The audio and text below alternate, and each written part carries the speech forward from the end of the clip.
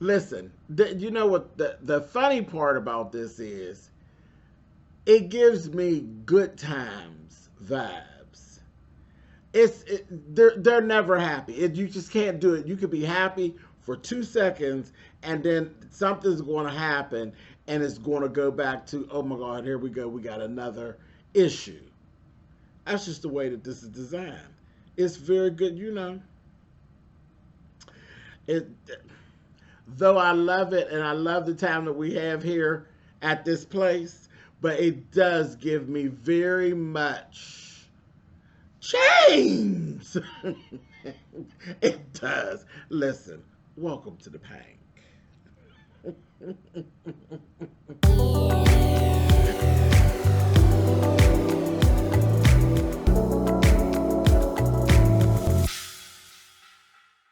Hey guys, thanks so much for clicking on the video. This is my review for P-Valley. This is season 2, episode 4.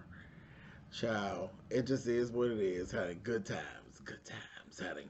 So listen, we start right in. Baby, everybody's having a great time. Everybody's having a great time. And there's one person right down front. And I said, she looks awful familiar.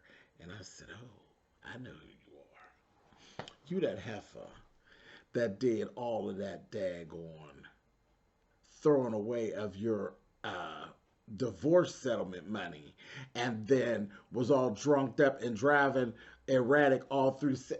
I know exactly who you are, girl. And she was back at the pink, throwing it up, having herself a good time. I said, Lord have mercy. And then something happened, honey. She gets back there with Toy. I believe it was Toy. She back there getting a private dance by Toy, and Toy that took her mask off. And what is this, y'all? What is this thing that, and I'm going to say we as people, for some reason, love to dance with the devil in the pale moonlight. What is that? What is that? We know we're in the middle of a pandemic. Why do you want to take your mask off? What is the purpose of taking your mask off? You're already too close. But you just want to, like I said, dance with the devil in the pale moonlight. So Tori takes off her mask. She had 2 masks on. She take off both her masks, take her mask off, and then we know Tori got sinus issues. And she sneezed. And when she sneezed, uncontrollable sneeze.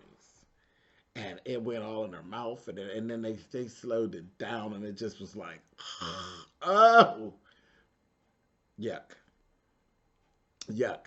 And it really, if you all remember the movie, and if you don't, go and see the movie, Outbreak.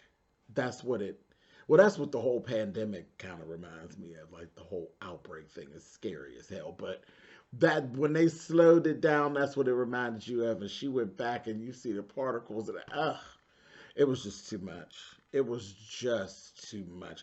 But old girl snapped out. She snapped out. She runs out. She gets to screaming and yelling at Uncle Clifford. Y'all see that outfit Uncle Clifford had? Uncle Clifford, bitch! Get on down, Uncle Clifford, honey. Child, love it. She's too much. She is just too much. I said, get out, bitch. She is the madame, honey, up in that joint. But she's screaming at Uncle Clifford. Here it turns out this heifer works for the health department as a regulator.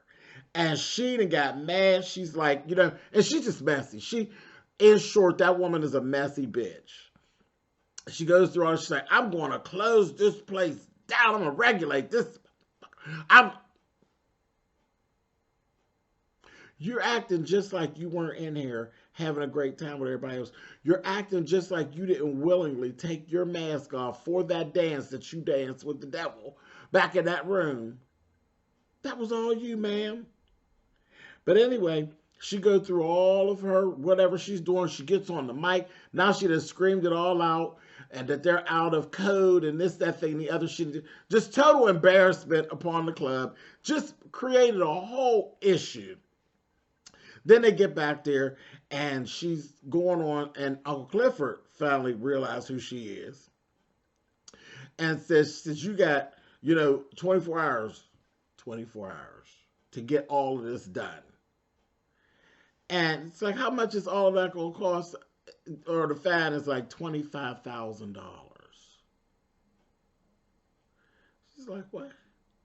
$25,000, and you have to be closed down, and all that. A mess. Uncle Clifford said, okay, once she figured out who she was, she said, heifer. No, I know who you are, and I know what you did and what you did before. So come on, honey, come on with it. She said, fine. So she breaks it down to 11. But you got to get that done.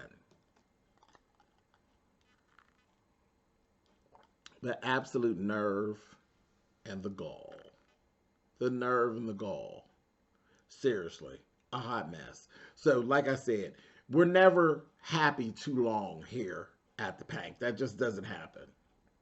Anyway, in the midst of all of this going on, we have another little situation that breaks out. And it's between Brazil. Brazil's cute.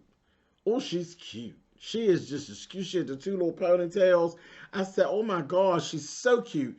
She reminded me of the third girl that nobody actually remembers from Vanity 6. That's who she reminds me of. The brown-skinned girl with the two little ponytails. Well, she used to wear like a sad ponytail. Sometimes she had two ponytails. But she's the one that nobody really remembers. Most people just remember Vanity, and they remember the one Caucasian girl because she was like rock and roll. And, of course, Vanity's the lead singer, and she was beautiful. But the other girl just literally looked like a little chocolate Barbie doll. Just as cute as she could be. But most people don't remember her or remember most things about her. That's who Brazil remind me of. But Brazil got a smart-ass mouth, honey. And Brazil and Roulette got to going back and forth, honey. And she blasted Roulette and let her know. She said, She said, girl, you don't talk to me any old kind of way. Especially when everybody knows that you got multiple streams of income, honey. You in here blowing the boys off, honey. Yeah, the boys are coming looking for the girl that gives the bomb head. That would be you. And she blasted her. No, all the other strippers were there. And then Uncle Clifford was there. He was like, what? Girl, when I tell you Miss Roulette gave her 1, 2, 3, 4, 5 to the face, honey. Pow! Baby, and bust her in the mouth, honey, and they got to rumbling, honey. Or they got to fighting and carrying on. Tearing that. Child, of course, every time something go on at the Pank, honey, they go right online, honey. So they worse than me, child. They fighting down at the Pank, child. And which is crazy because it's not a good look, you all. But anyway, they was doing their thing. She done took her and got her in some type of wrestling hold. And I said, oh, stop, Miss Roulette. Carrying on. Then she stomped her in the face. When they came in there, honey, and that big Al came in there, I said, he done to wrestle something too. He went and grabbed her some kind of way up in her shoulder and crooked her and stopped her right in her tracks because she was going through there like a wild dog, honey. Baby, he got her and crooked her, honey, and got her up out of there. It was a mess. It was a mess. He took her back to the back, and she was saying, you going to fire me or what? What we doing here? Doing Roulette. And they basically came to this little thing. He looked at her and told her, you reminded me of my daughter right now with all this, what you got going on. And I said, oh, here we go. She just got the protection that she needs because he got a soft spot for her, child. Told her, yeah, you remind me of my daughter.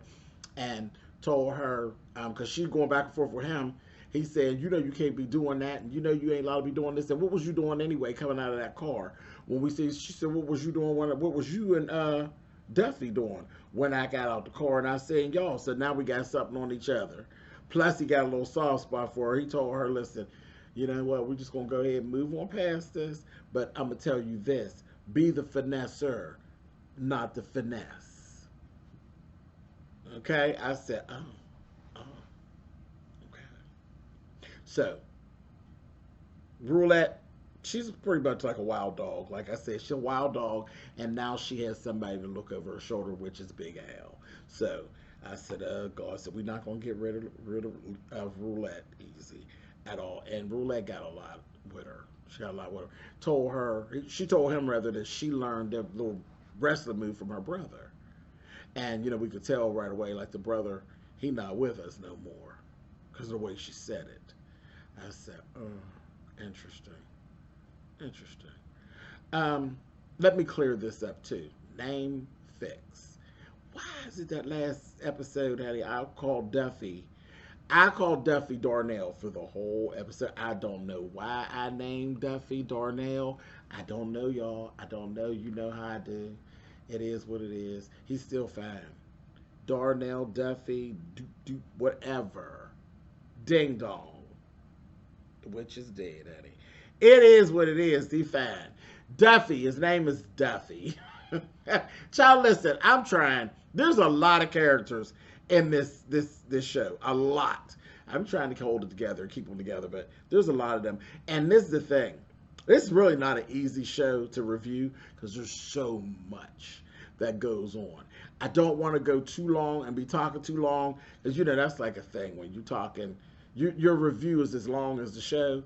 And it does happen because of the way I do my style of review. I'll be talking about other stuff and I'm related to personal stuff. And so sometimes we can go long, but generally, your reviews are shorter than the show.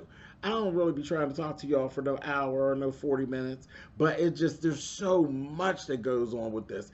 It's just like when I used to review like Scandal. Scandal was another one that was very hard to review, but listen, I don't care because I listen, I like the show, so it is what it is. I love this show, love this. Scandal, How to Get Away with Murder, all of those were very hard shows to do because they were packed with so much information.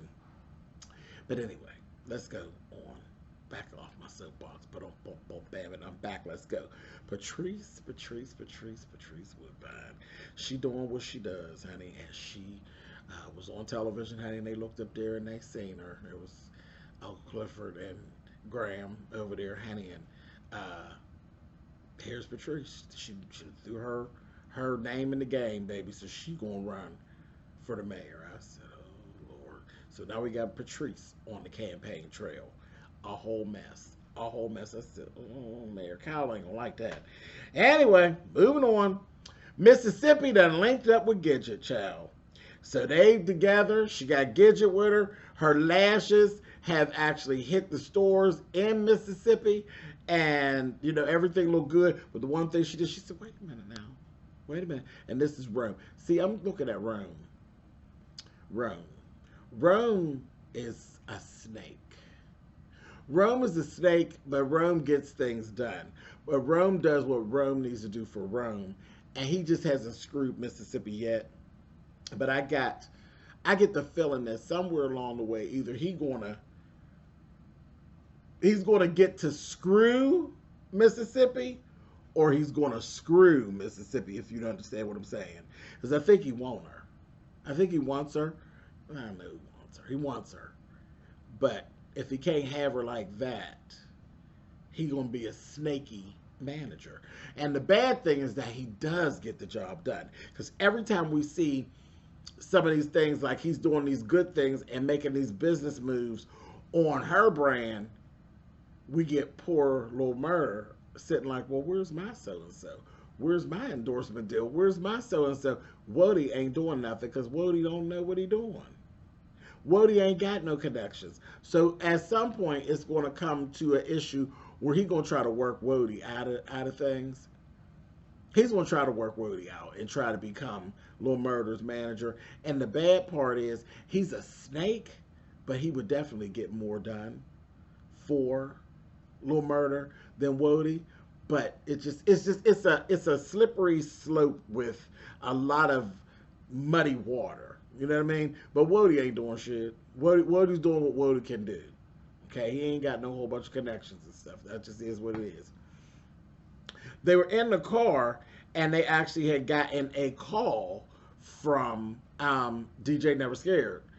No, they called him. That's what they were. Gidget called him because his record was playing on the radio.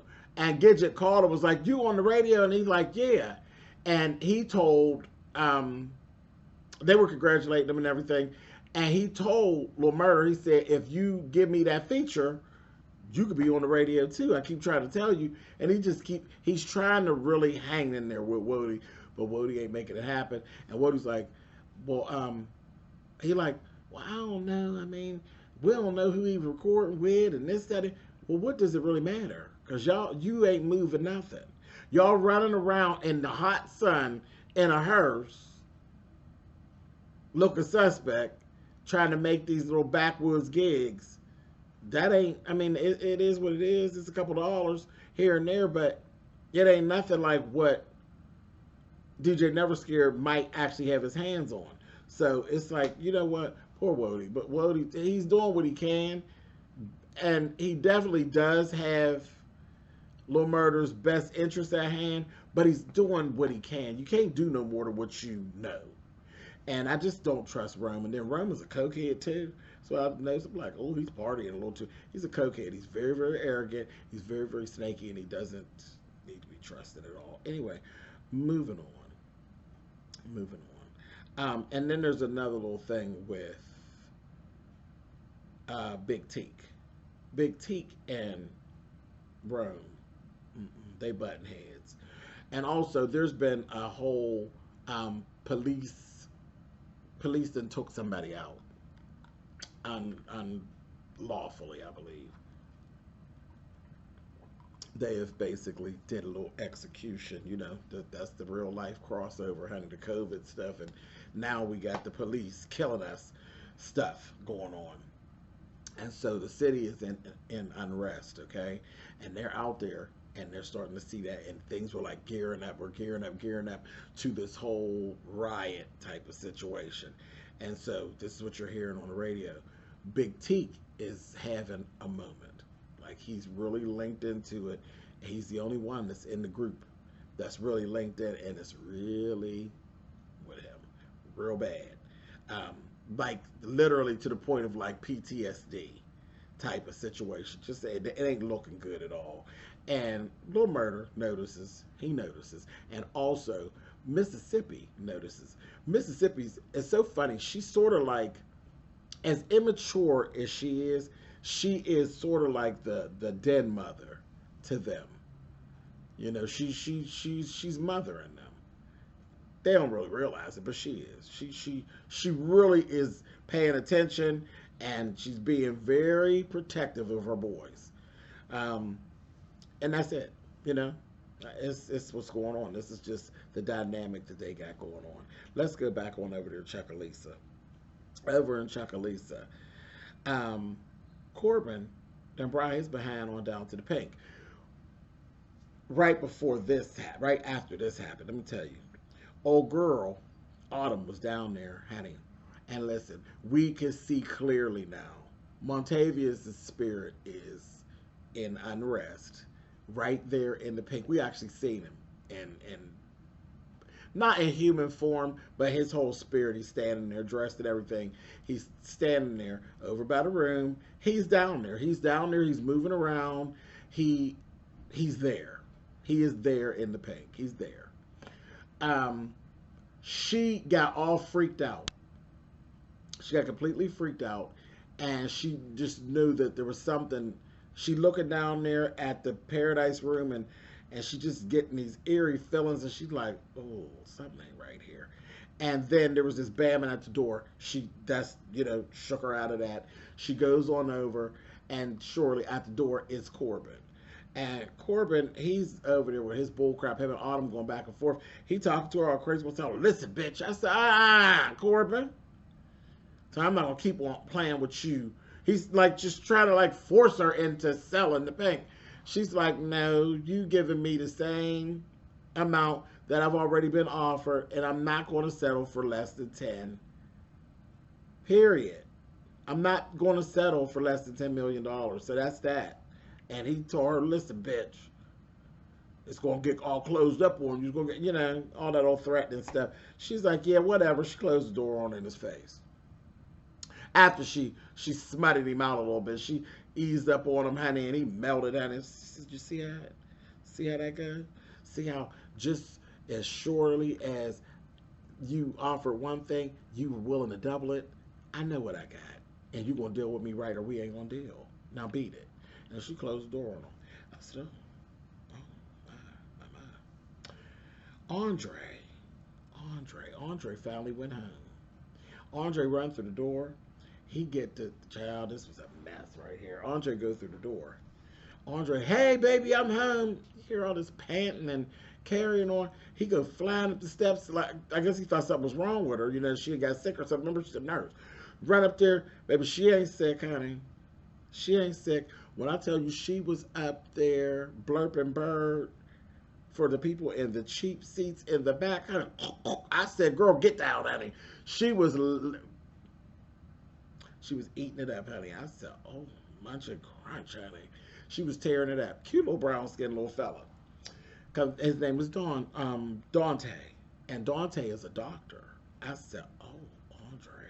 So I understand why Andre feel the way he feel. Not just that you walked in on her sucking him off in your bedroom, but I mean, not only that, baby, he got it going on and you don't. Child, and then the story starts unfolding. They get to going back and forth. Well, first they got to fighting because Andre attacked him, and Andre was choking him out, and he was about to like literally lose consciousness. And she's like, Andre, you're going to kill him. He was in the zone. He was ready to take him out. He was ready to take him out. I said, now knock it off, Andre, because you screwed Autumn. So shut up. Shut up. You was wrong too. It is what it is. Get over it. One turn deserves another. Shut up, Andre. Anyway, he let him go. And he said, get out my house. He gonna say, can I get my clothes? He's like, get out. He made him leave butt naked. I said, bye, Dante. Dante went running down them little steps, little cheeks. I said, oh, Dante. But the thing is, I said, I understand why you feel the way you feel. Look at you, Andre, and look at Dante. And he's a doctor. I understand. And then he gets to tell them the story that the wife actually was pinned to really marry Dante. Her family wanted her to marry Dante. She chose Andre. The family, when he said that the father and mother always basically let me know that I can't really afford this house and this, that, and the other, and everything like that. So he was really in his feelings. He gets to telling her, you know what, because that's what he completely made his decision. He's like, I'm going back to Chuckalisa and I'm running for mayor. She gonna say, what?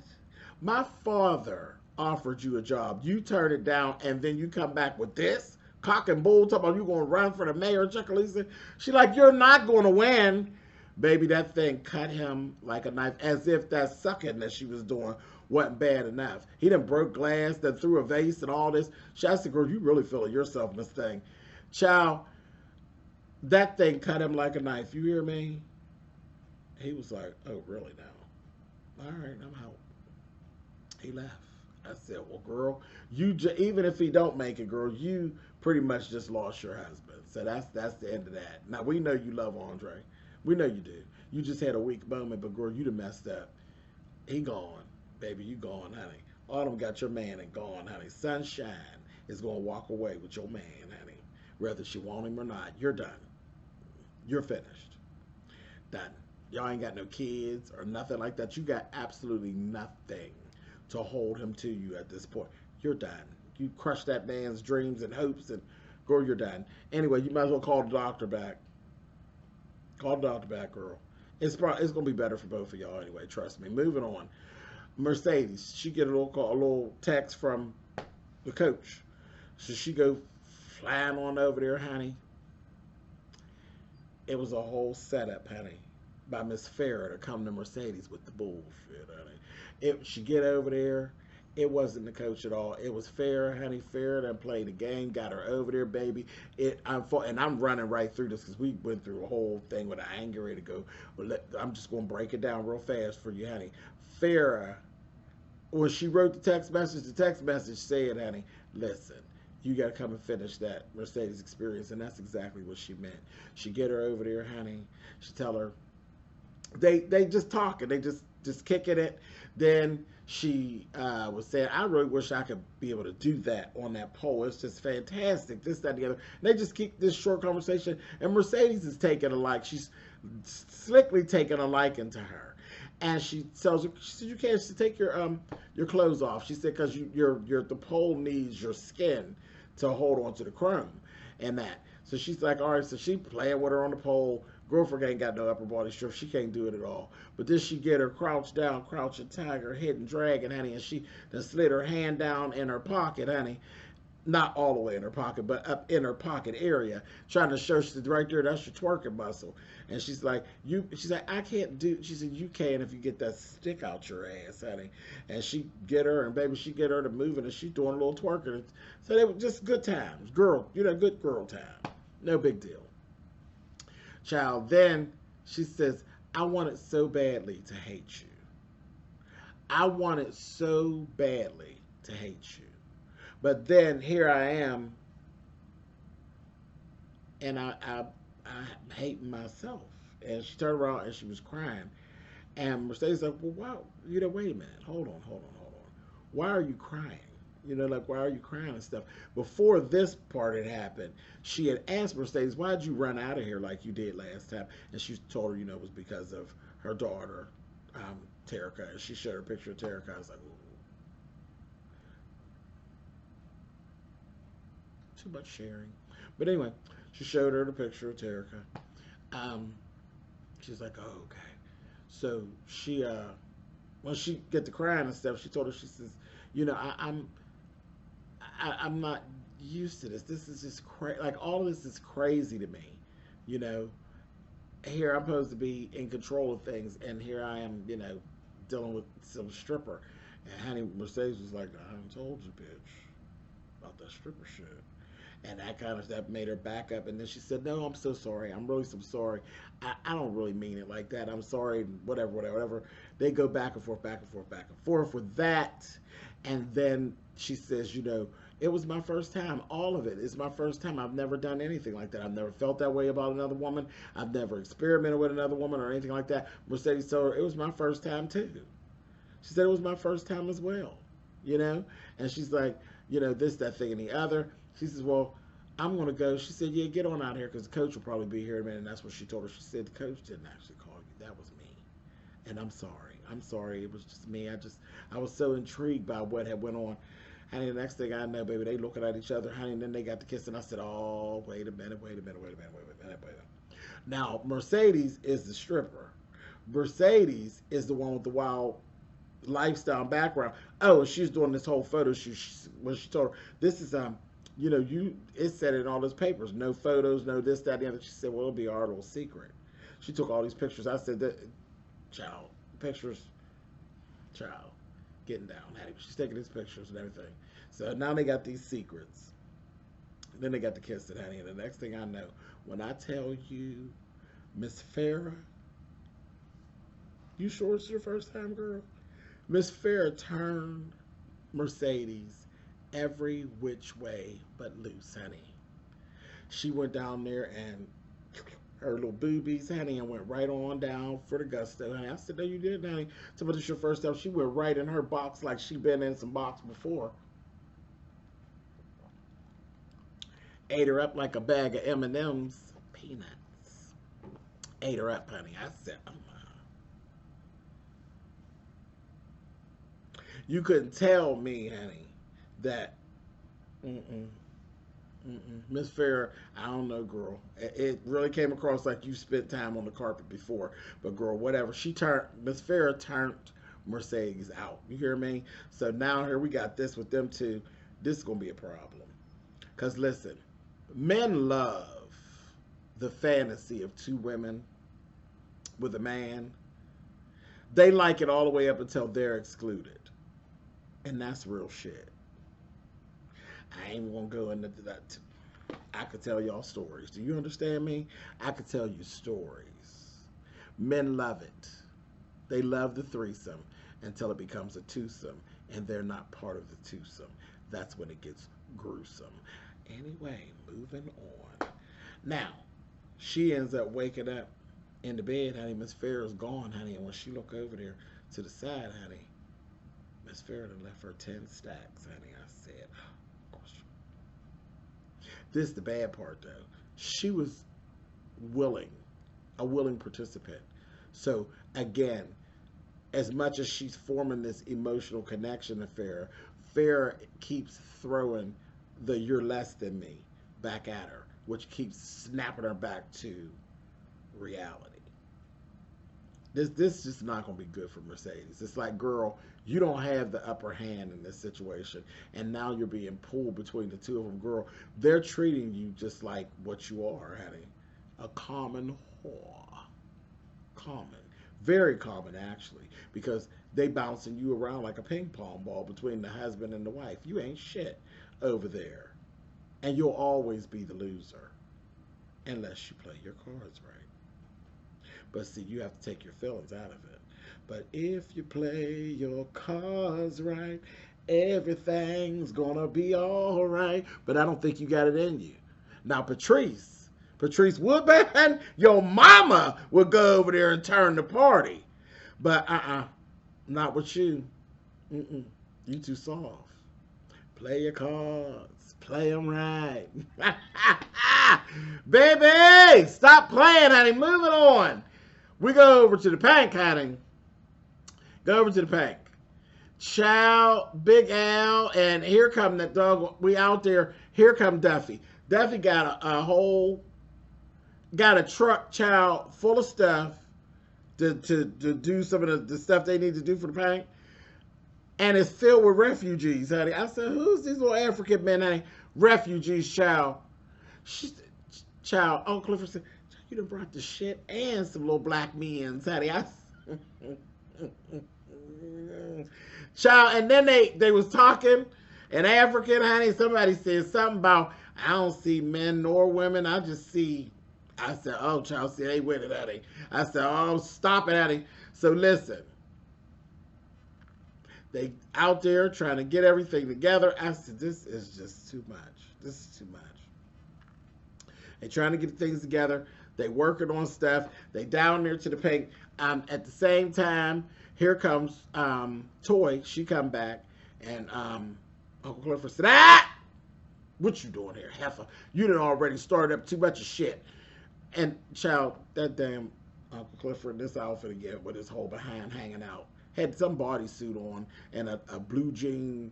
It was a denim jumper, but it was like sliced and cut apart, and very interesting, very Uncle Clifford, very revealing, but not revealing, you know. I mean, it was very Uncle Clifford. Now hair swung one side. I said, bitch, go ahead, honey. But anyway, just carrying. So they do all of that, get it all together. That damn grandma's down there. She flirting with the little African man. The African man say something back there. She will say, what did he say his name was? Ain't that it's a white name, ain't it? I said, she said, oh, hell. I said, she a mess. She a mess, child. A mess. But they're down there getting all of that stuff together and doing what it is that they got to do down there, child. So, listen. Like I said, Toy come back. She brought the girls back. They gonna help. And she also brought Diamond. So Diamond's back. We like, oh, here goes Diamond. Okay, cool. So we get Diamond back. And he goes in. Then he has his own little bout with the Paradise, a.k.a. the Death Room. He get in there. And, of course, you know, things are going to be even more elevated with him. Because he is part of the dark arts, honey. So he really got it. It was worse than when, you remember we had the one scene with Big Al and Uncle Clifford where he asked, did you turn the air on? Somebody turned the air on and all that. Things was kind of blowing and moving. And then we had the little thing with Autumn. And now he goes in the room. It got real in there with Diamond. He looking in the mirror. He sees himself. Shit, his whole spirit, it just is, because the torment, it's too much. And Montavious, he's going to be able to use Diamond as a vessel because Diamond is so connected and he's so in between the two worlds with his stuff that he's going to be able to use him to really, Diamond's energy is going to help Montavious' evil nature along in this whole thing. But we seen the floor actually got wet, like the floor was literally covered in water. Wasn't real deep, but covered in water, and you could see Montavious' hand coming up out of the water. It was like it had got so intense. And then Big Al came in and said something to Diamond, and it snapped him out. But he was right there in the middle.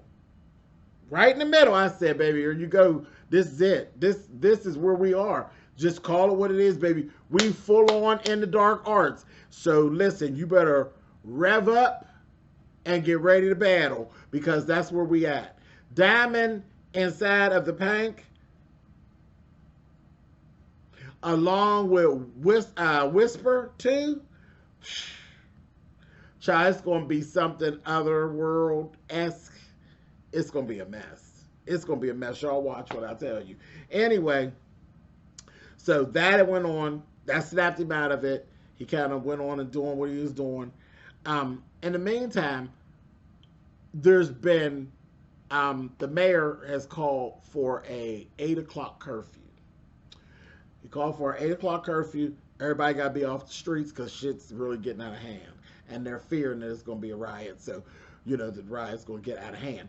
So, they call 8 o'clock curfew. So, either they will have to stay there at the Pank, or they need to leave now to get where it is they're going, because they don't want you on the streets.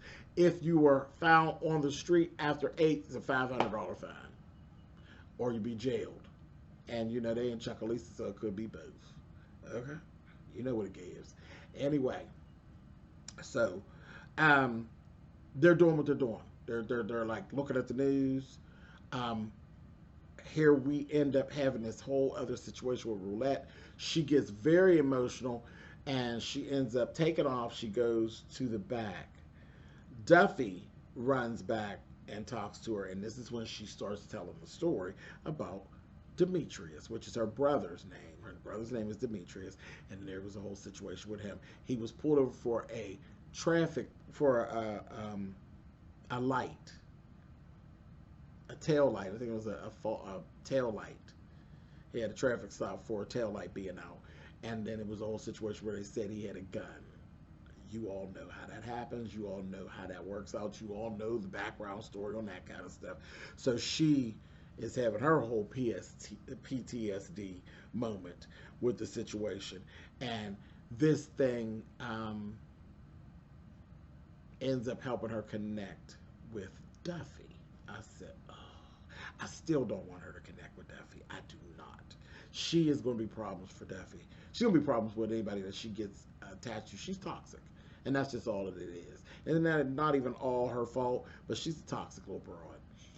But she showed him the tat of her, because first she's like, y'all always get away. I was like, oh, here we go with the black-white thing. And, you know, he just played right past what she was saying, and he just hung in there with her, and he talked to her, and he helped her work through it. And, you know, he was rubbing her arm and all that. So it kind of took them right over, next level, over past that stupidness, you know, that race thing. It took them over that. So I was glad of that, because I can't stand that. So everything's really cool there. Now back over with the other folks, with Lil Murda and his little crew, same thing. They hear about the 8 o'clock curfew. They like, damn, so we're not even gonna be able to do our show. So then they're, wherever that last stop, I think they're headed back to Chucalissa right after the show. They're in Mississippi still. They're in Mississippi. But they came to the show. They said, that's all right. We'll go to the hotel and we'll just turn up, because we have made such a good run. This was like the end of the run, pretty much, and we have done so well, we're going to turn up. You know, we're just going to turn up, and that'll be that. So they go back, and listen, we got more stuff that goes on with Big Teak and him and Rome, and then Rome pushes the envelope with him. He turned off the television while he was watching television. He said, why would you do that? And he said, what do you mean, why would I do that? He was ready to do like a toast. Nobody's watching television but Big T. Just Rome was just an asshole. But he turned off the television, and he said, I don't have to answer to you about turning the television off in my suite, nigga. You know? And they're going back and forth, back and forth, back and forth. And oh my God. Why did... Because Big T was like really in a huff He's in a huff. When he was starting to get a little upset earlier, before this got to where it is, he had said to, he had like a little conversation with Lil Murda. And Lil Murda was like, what's wrong with you? Are you okay? He's like, I'm fine. He's like, I hate when you get like this. He said, you need to get out of that. Tap out of that. You going too far into that, the stuff that's happening on the news. And he said, okay. He said, ain't you supposed to be doing your homework? So there's a whole thing with them two, okay? They know each other on a whole deep level. And I take back what I said last week. Last week I said it was like this whole brotherly love. Then no, it ain't. No, it ain't. They know each other on a whole different type of level. They know their triggers. They know their buttons. They know each other. Do you understand what I'm saying? I believe they've been playing in the dark arts as well. But okay, and that's when I right there, that place that I said, these two been playing with each other. But I don't think they was playing. I think they was really getting down. But okay, and then listen, hey, that's rough because we know you got a body for him. So yeah, it's real. It's for real. So he basically told him to go away, and that was that. So Lil Murda went on about his way, doing whatever he's doing. And once they get into it, him and Roman that get into it, Lil Murda's not there to actually talk him down, and he's just wilding out, okay? And Mississippi ends up, she done turned into Keyshawn. She, this male person screaming and yelling and ready to fight, it done triggered her. So she over there, of course, Gidget sees that, so it puts her in her feelings. Gidget, you the only white face there, so it ain't working for Redbone. He told her, I will beat your white ass. Do you understand? Don't come in my face telling me nothing. This ain't your time. You'll get your ass whooped. It ain't the time. And she's like, I ain't scared of you. This, that, thing, the other. And Rome is barking at him. And Rome is talking about, Rome had been doing it. And Rome was getting on my nerves too. Because he kept insinuating that whoever the cops had killed, they had to have done something. Like, honey, that ain't the real world. No, they didn't have to have done something. And you sound stupid. But he was, he had enough of him. And I said, that's when I tell you that thing was mad, that damn Teak, honey, big Teak, there's like a little coffee table, a wooden coffee table. That bastard took his foot and stomped, bam, down on the coffee table and collapsed the whole time. I said, oh, hey, big Teak. He collapsed the whole coffee table by stepping down on it. I said, oh, what you say? Listen, don't judge me. Don't judge me. Got me feeling so crazy right now. Got me so crazy right now. Oh, bam, honey, and the whole table went down. I said, oh, does that make me crazy? Yes, it does. Anyway, I said, oh, my. So they broke them all up and everything, and that was that. So at that point, listen, they like, okay, we got to, this is all a mess right here. It's all a mess. So, I don't know which part of this I want to tell y'all next. Okay, I gotta get on with this because we really going to be over today. But anyway, okay. I'm gonna go back to Chuckalisa. I'll go back to Chuckalisa. See, there's some more. We're gonna be long today, y'all. It's long. Sorry, it's a long one. Anyway, back in Chuckalisa at the Pank, honey, Andre that made it back to Chuckalisa. He come in the bar. He roll up on Autumn, and he's like, okay, and Uncle Clifford just came up and said, oh, child, what's going on, baby? You look like somebody whose wife just cheated on him. And Autumn had put down a bottle of liquor in a glass for him because she clocked it of what was going on. And he said, I am. And Uncle Clifford was like, oh, child, oh, child. And Uncle Clifford going to take the glass and put some liquor in it, and she took the glass. She gonna push Andre the whole bottle. I said, that damn Uncle Clifford is too much, too much. So everybody's like, this is putting everybody at the pink. I said, oh God, all these fools at this pink, honey. Diamond was outside. Diamond has said to Big Al, he said, listen, this whole thing, this is, everybody need to kind of find something else to do. This ain't the move. This building, everything about this just ain't the move. Big Al said, this is like a gold mine. He's like, it's real estate. It's about the whole real estate and the this and the that and all that. He's going with all the money stuff. He's like, it just ain't right. Something ain't right. He said, as long as the Pank is here, I'm here. And I need some security like you. I need somebody like you to help back it up with me. I need you here. And Diamond, I said, Diamond, oh my gosh. That loyalty.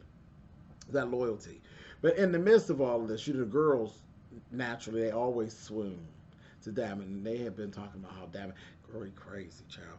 They said that this happened. They said that happened. They said that Keyshawn pulled a gun on him and he went crazy again. And this, that, and that.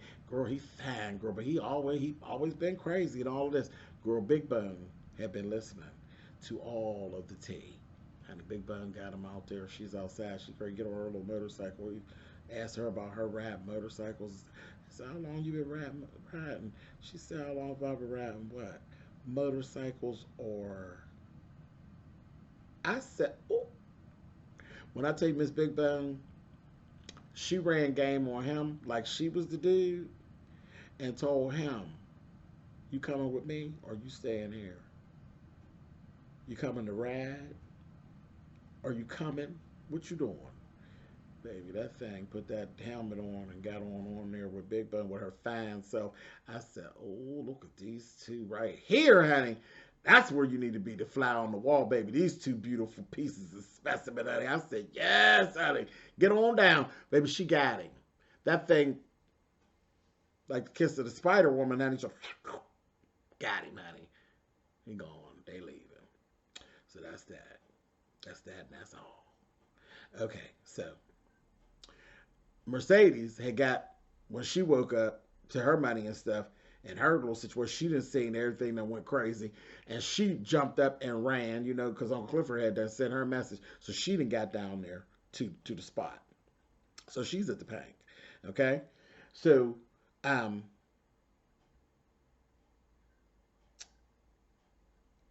just so twisted on how I want to give this up. Okay, yeah, let's just finish up the Pank. Okay, so in the midst of all of this going on, they outside that night. They're there that night. And Andre and Autumn are having a chat. Andre tells Autumn he going to run for mayor. She's saying, I think that's a great idea. He said, you going to stay here with me while I run this? And she like, I don't know, I'm ready to get up out of here. So she's like, he said, so you are going to sell? She said, yeah, I was always going to sell. I'm a businesswoman. At this time, Uncle Clifford was actually standing in a window in the office listening. He did the whole thing. Mercedes had walked in and was like, I'm here, Uncle Clifford. He's like, so they start listening. They're eavesdropping. They're hearing what's going on. Mercedes started taking off her ears. She's going to go out there and beat the shit out of Autumn. And he's like, just wait. Just hold on. So then they get to, they tell everything. And she say, I'm a businesswoman.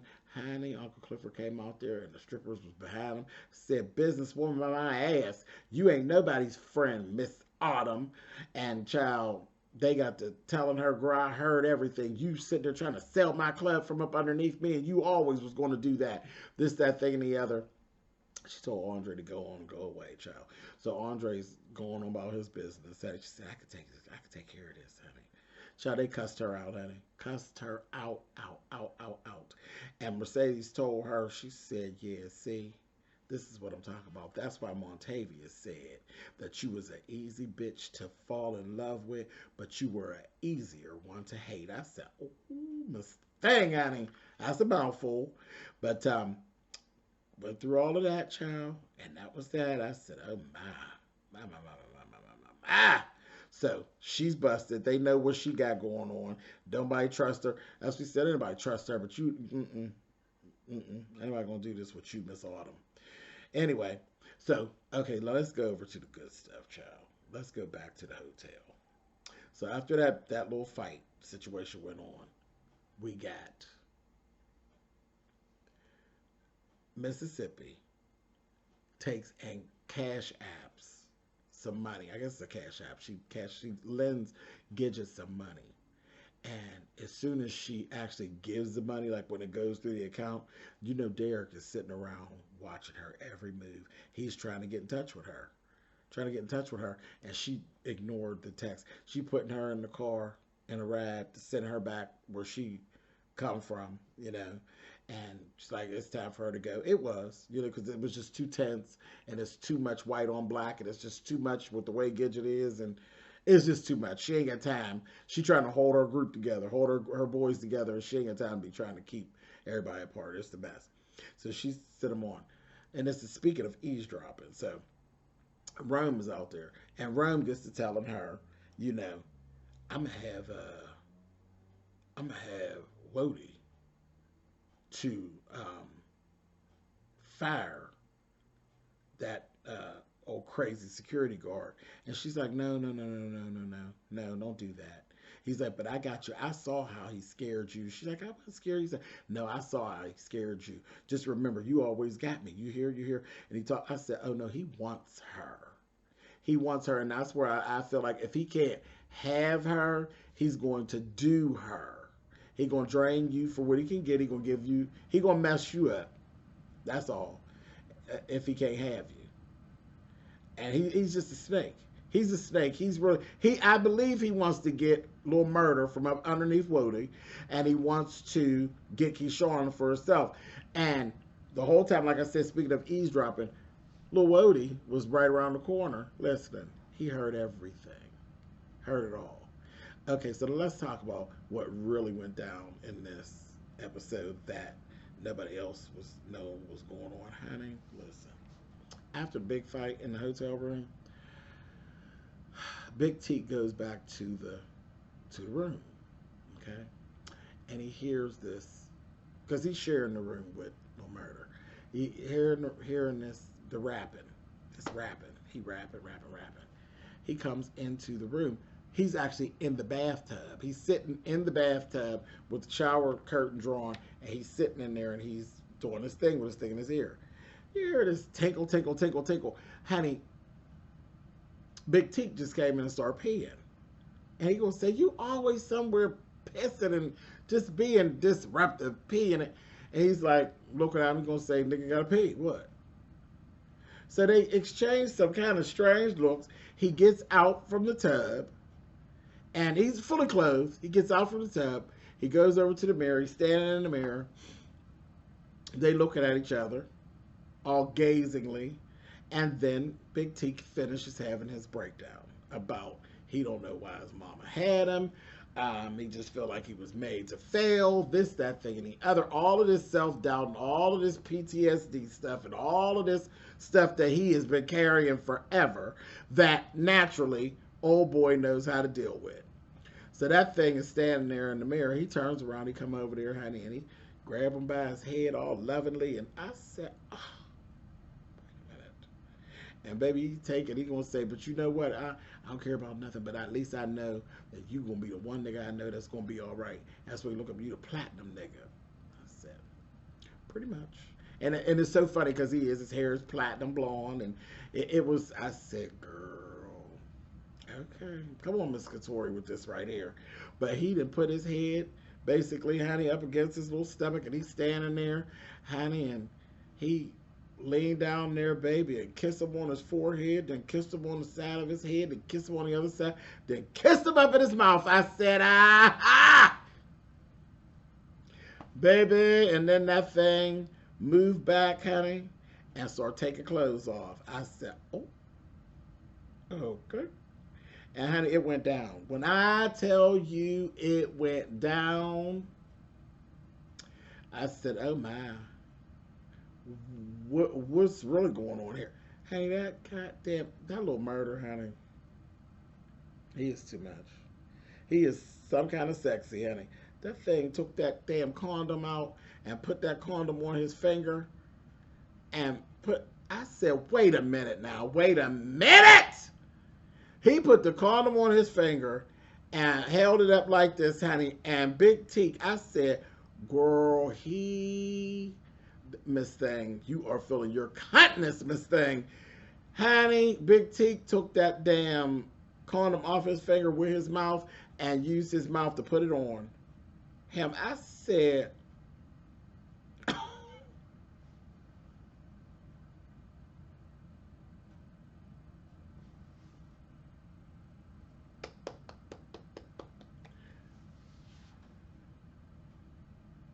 and slowly he undressed me. I said, oh, where's Selena Johnson when you need him, honey? And like I said, honey, lay my body down, pulled my panties down, and slowly, honey, tore him down. I said, oh, Big Teak is really little Teaky, honey. I said, workout, honey. I was here for it. It was a whole lot going on in that little scene, baby. It was steamy. I said, my, you don't say. Cheers, honey. And then, honey, when you thought I couldn't get no better, honey, Big Teak put it on him, honey. Big Teak put him right to sleep. I said, workout, girl. Put him to sleep. When he woke up, Big Teak was sitting fully dressed. I said, uh-oh. Uh-oh. Sitting fully dressed with a postcard in his hand. I said, who the fuck is Cliff? I said, all that time you been out, you ain't never sent me no postcard, baby. And it was no words, honey. And that thing got up. And I was looking for the first time. I kind of looked, because I've been looking at Big Teak all this time like he's just a little dirtball. Like cute little red bone dirtball. But when he was walking out that room, well, first we just seen him naked. I was like, you know, body was nice. But he had his little outfit on. He looked it all cleaned up, honey, and snackable. And he went on out of there with the bowed legs, honey, and went to walking out the room all sad. I said, oh, Big Teak. I said, damn you, little murder. Whew, honey, little murder ain't had no words, honey. No words at all. Child, they get in the car. Everybody, they on their way back to Chuckalisa, honey. And, yeah. Uncle Clifford text Lil Murda said, the world done gone crazy. Are you okay? He ain't even answer. I said, oh, honey, the whole mood in the car was just as solemn, honey. Ain't nobody talking to nobody. I said, oh, this is just too much. Too much. In the meantime, back at Chuckalisa, old girl shows back up to the Pink. And they tell her, okay, well, we did this. She come back. She talking about, no, it ain't good enough. It still need this. It still need that. It still need this thing. It still need that thing. Child, they standing out there. She said, now y'all hurry up and get this shit together so I can use my stimmy. She's just mess. She's a messy whore. She ready to come in there now and spit up her stimulus check. But you the one that pushed forward to close it down. Now you want it back open. You're a messy bitch. But I said, oh my God. Child, they hand her the bill. Honey, and they gave the bill right over there to all. Said, give it to the owner. I said, oh. Child, so listen, this is where we are. This is where we are. I told y'all, an hour. An hour. I've talked longer than the show. I apologize. Or no, I really don't. I'm not apologizing. It was a lot, guys. It was a lot. There was a lot that went on. And y'all know I don't talk about everything. So I'm sure there's some stuff y'all are going to write in the comments. You missed it. I didn't miss it. It wasn't a talking point for me. But it was a lot going on. It was good though. But all the sex scenes were stellar. Listen, Big Teak and Lil Murda, fantastic. The sex scene between Mercedes and Farrah, baby, it was sexy, sexy, sexy. It was fabulous. It was fabulous. That whole banter between Diamond and Big Bone. Listen, when I tell you Katori and the crew, they are attacking these intimate scenes. and working it out. It is just so sexy, child. It was too much, honey. I said, y'all trying to raise my blood pressure, child. This is good Anyway, I didn't talk long enough. It's been an hour. I'm out of here. And I will see you all back here to the bank for the next thing, honey. But I told you, now they happy. And then they weren't happy, honey. Just like good times. Scratching and surviving. Talk to y'all later.